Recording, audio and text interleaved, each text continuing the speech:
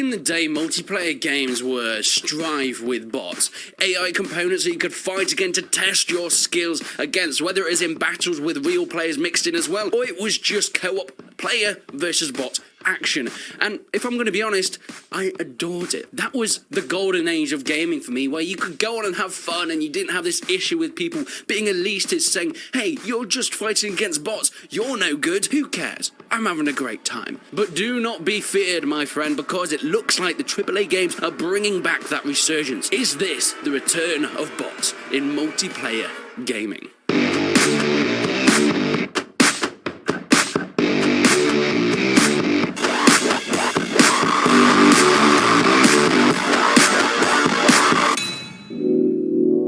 Now, if you're going to ask me what games I play most of the time these days, it is multiplayer games, and that's mostly for the reason of time. Really sinking your teeth into a single-player story is fantastic and getting immersed in it. However, if you don't have time to play for hours and hours a day, or even every few days, multiplayer games are often where I get most of my enjoyment when it comes to sitting down and having a bit of fun. In 2005, we got the amazing classic Star Wars Battlefront 2, and I think for me, this is definitely where playing with bots in multiplayer started. Having hundreds of troops on the battlefield recreating Hoth, Endor, Kashyyyk, it was a gorgeous sight to behold, but it never really came back. You see, as multiplayer started getting more and more competitive, people didn't really care for bots. You have games like CSGO that came around, which implemented bots in some types of game modes and playing to practice. However, as it got more competitive, people started to stray away from that sort of thing. We saw the same with things like Overwatch and Valorant, really bringing people into more intense gameplay, and of course, Battle Royale, which has been the most popular game genre for the last 3 years, hasn't really had the chance to put bots in. They don't really fit in that medium. But it looks like we're starting to see the comeback and the renaissance of good old AI fighting within multiplayer games. One of the big recent ones has been Chivalry 2. Before its release, I played many of the alphas and beta testing, and of course the cross-play open betas, and boy was it a lot of fun to play with 64 players in a game. However, if the games didn't fill up, they would add bots in just to bolster up the numbers. And for a game like Chivalry 2, which is all about that grand scale medieval combat, seeing troops fighting from side to side in these massive medieval sieges is about the experience. Decapitating soldiers left, right and centre, picking up anything from enemies' heads or chickens from the floor and throwing them into the crowd. It works fantastically. Then more recently, of course, we've got Battlefield 2042, announcing that there will be 128 player battles, but these servers could be bolstered up and boosted in terms of numbers by adding in bots to the game. Now, DICE say they've got an all-new bot AI that they've been working on that is going to be fantastic, and I'm really excited to see what they can do with that, because of course one of the main issues with adding bots is it kind of makes it quite easy for everyone else. But you see, one of the fantastic parts and things that DICE is doing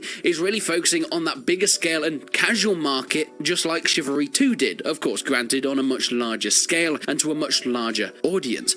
They've also stated that playing with bots, and even if you're in a private co-op match with just a few of your friends against a load of bots, that will count to leveling up and getting unlocks. Now, some people might be quite against this, saying that people can just grind bots and then get all the best stuff, but I think that really comes down to DICE and see how well they can balance the game, because if they've made their game properly, it doesn't really matter what guns you unlock. Yeah, you get a bit of variety and you get more choice of guns that you might prefer over others, but there shouldn't be a gun that is way more powerful than every other gun. We've seen that before in things like the recent Star Wars Battlefront games from DICE, but hopefully this is going to be the test to see whether they can really fully balance it out, especially if a lot of people are going to be doing their leveling up against bots. One of the newer things at E3 was talking about Halo Infinite, bringing a free-to-play multiplayer, and of course talks that there would be bots in that as well. The players could join servers and the numbers could be bolstered up with AI NPCs that will go around and fight for your teams. I think one of the great things that they could do in a game like Halo Infinite or Battlefield is order bots around a little bit. Maybe in Battlefield you can ask for medic, and a medic bot that's nearby could come and give you some bandages, or maybe a supply bot could drop you some supplies, because we all know that players very rarely do that sort of thing. But this is where the controversy comes in, because of course there are two sides to this argument. There is a whole group of people that are completely against bots in multiplayer settings, and whilst I really disagree fundamentally, I can kind of see where they're coming from. A lot of people really just want to play against other players, and if someone else has leveled up loads just playing against easy bots, you can kind of get why they might feel like it's a bit unfair. However, if the games are balanced well and done properly, it shouldn't really matter what level you are within the game, because all the guns, whilst having their advantages and disadvantages in each situation, shouldn't be way more powerful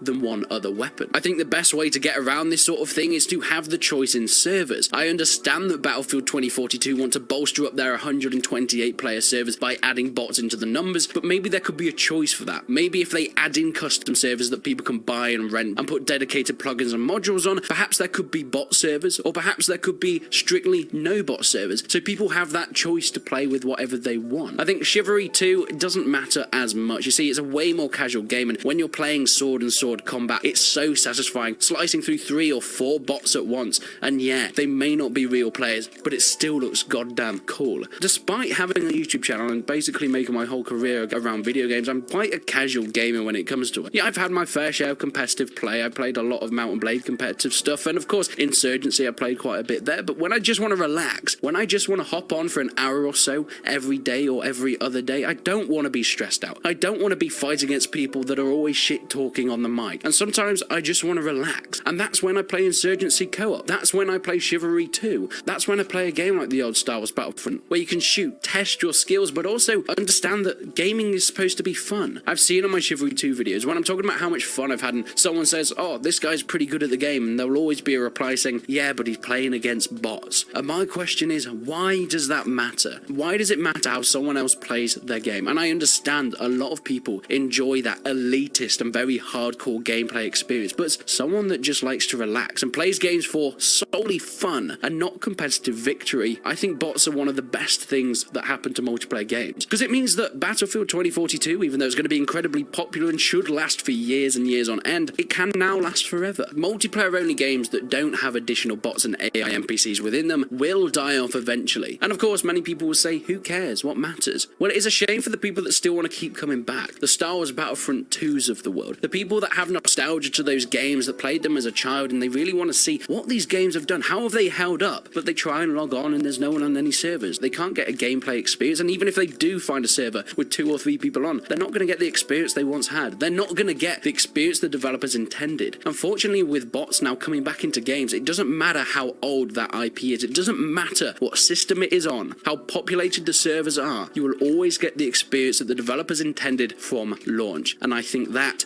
is a fantastic way for gaming to go. And I think bringing bots back in a game like Battlefield 2042, in a game like Chivalry 2, or even Halo Infinite can only be positive. As long as there's choice for people that enjoy the different styles of gameplay, I think it could be a really good step in the right direction to making games that are worth more, add more value to their price tag, because they last longer. But please let me know what you think. Leave a comment down below and I'll be sure to check up on them. But leave a like on the video if you enjoyed it, leave a dislike if you didn't. But until then, I will see you in the next one.